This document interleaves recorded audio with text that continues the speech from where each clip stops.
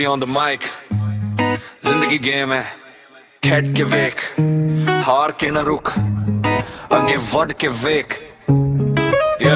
चल उठ वे हुण टाइम तेरा है, रात लंघ गई हुण सवेरा है। जिन्ना ने कहा तू कुछ नहीं कर सकदा, उन्हां नूं दिखा तू केड़ा शहरा है। पैर च छाले पर हौसला है, डिग के उठना यही असली ट्राई।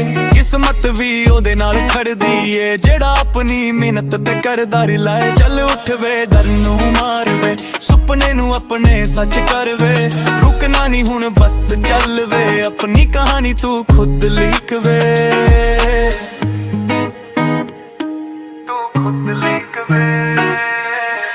गल्लां च ना आई दुनिया दी, सिर्फ रोक दी समझ ले जी।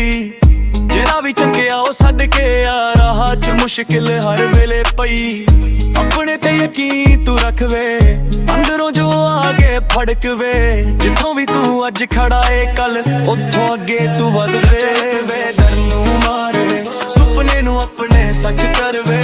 रुकना नहीं हुण बस चल वे, अपनी कहानी तू खुद लिख वे।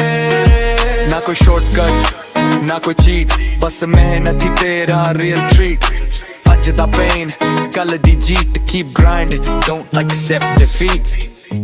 चल उठ वे हुण रुकना नहीं, अपनी पहचान बना के वे।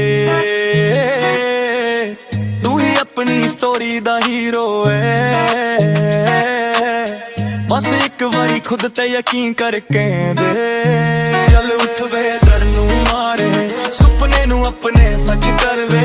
रुकना नहीं हुण बस चल वे, अपनी कहानी तू खुद लिख वे।